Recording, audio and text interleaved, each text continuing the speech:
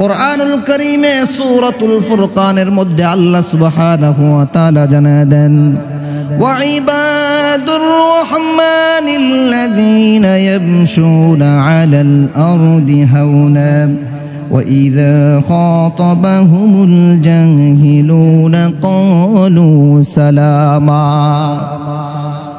আল্লাহ সুবহানাহু ওয়া তাআলা জানায় দেন, ওয়া ইবাদুর রহমান, যারা আমি আল্লাহর বান্দা হবে, আমি রহমানের বান্দা যারা হবে, তাদের এক নম্বর গুণ হবে, বান্দা কিন্তু সকলে হতে পারে না।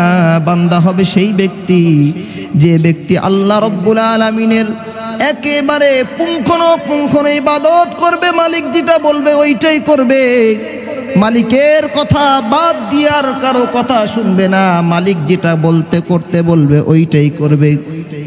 মালিক বলছে নামাজ পড়তে নামাজ পড়বে, মালিক বলছেন সূর্য উদয়ের সময় নামাজ পড়া যাবে না তো নামাজ পড়বে না।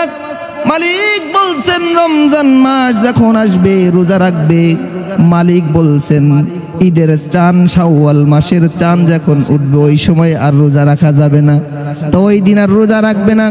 তো ইবাদুর রহমান, আল্লাহর রহমানের বান্দাদের এক নম্বর গুণ হবে, রহমানের বান্দা সকল হতে পারবে না।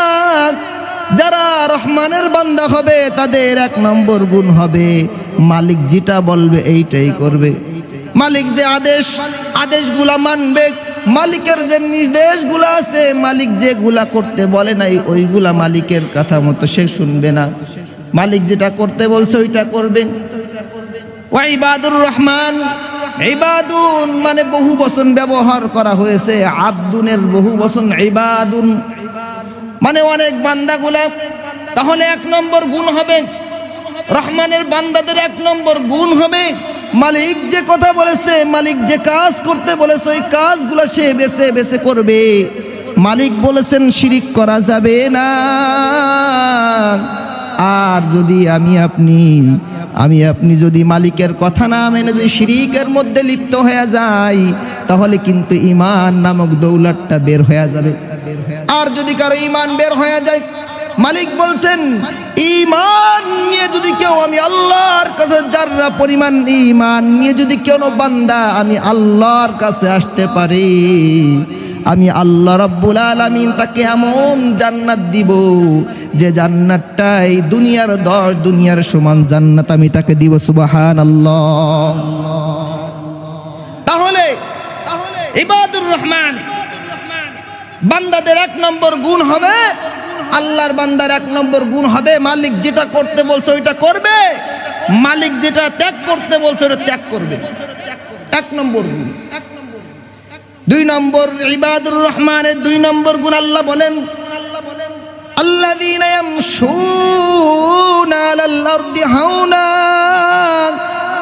আল্লাহ রাব্বুল আলামিন জানায় দেন তারা যখন জমিনের মধ্যে চলাফেরা করবে, জমিনের মধ্যে তারা যখন বিচরণ করবে চলবে, ওই সময় তাদের হাঁটা চলার মধ্যে নম্রতা প্রকাশ পাবে, তারা অহংকার আর গর্ব ভরে হাঁটবে না, তাদের হাঁটা চলার মধ্যে মাওলার তো তারা বান্দা তাদের নম্রতা প্রকাশ পাবে।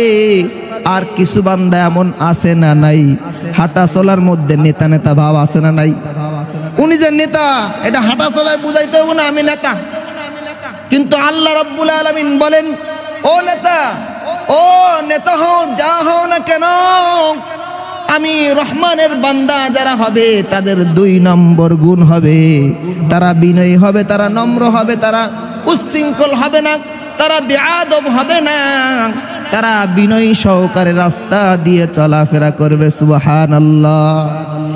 বিনয়ী সহকারে চলাফেরা মানে একেবারে আস্তে আস্তে নিচের দিক তাকায় তাকায় হাঁটা না। অনেকে মনে করে নিচের দিকে আস্তে আস্তে ঝুইকা ঝুইকা চললে মনে এটা বুজুর্গি ভাব, না না,